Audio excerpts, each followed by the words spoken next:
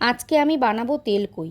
তার জন্য 6টা বড় সাইজের কই কেটে ধুয়ে ভালো করে নুন হলুদ ও একটু সর্ষের তেল মাখিয়ে রাখলাম। এবার কড়াইতে সর্ষের তেল গরম করে তাতে একে একে মাছগুলো হালকা করে ভেজে নিলাম। কই মাছ বেশি ভাজতে নেই, তাহলে শক্ত হয়ে যায় ও খেতে ভালো লাগে না। এবার মিক্সিতে কয়েক টুকরো আদা, 4-5টা কাঁচা লঙ্কা, একটা টমেটো, 2 চামচ জিরের গুঁড়ো দিয়ে ভালো করে একটা পেস্ট বানিয়ে রাখলাম। আমি তেল কইতে পেঁয়াজ রসুন ব্যবহার করি না।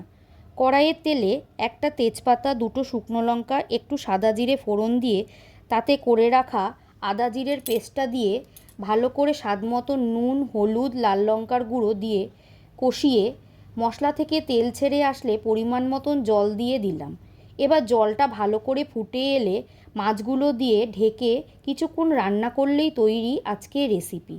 এবার ঢাকনা সরিয়ে 1 চামচ গরম মশলা ও সামান্য ঘি ছড়িয়ে গরম গরম ভাতের সাথে পরিবেশন করলেই হয়। দারুণ স্বাদ।